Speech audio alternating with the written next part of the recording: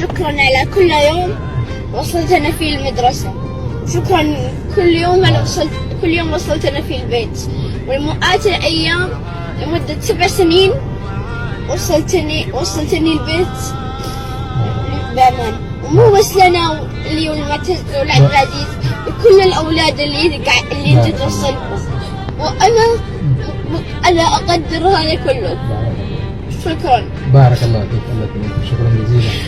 إن شاء الله إجازة سعيدة ودائما إن شاء الله. الله يسعدك. الله يبارك فيك. وإن شاء الله بإذن الله لما توصل برضه أوصلك إن شاء الله.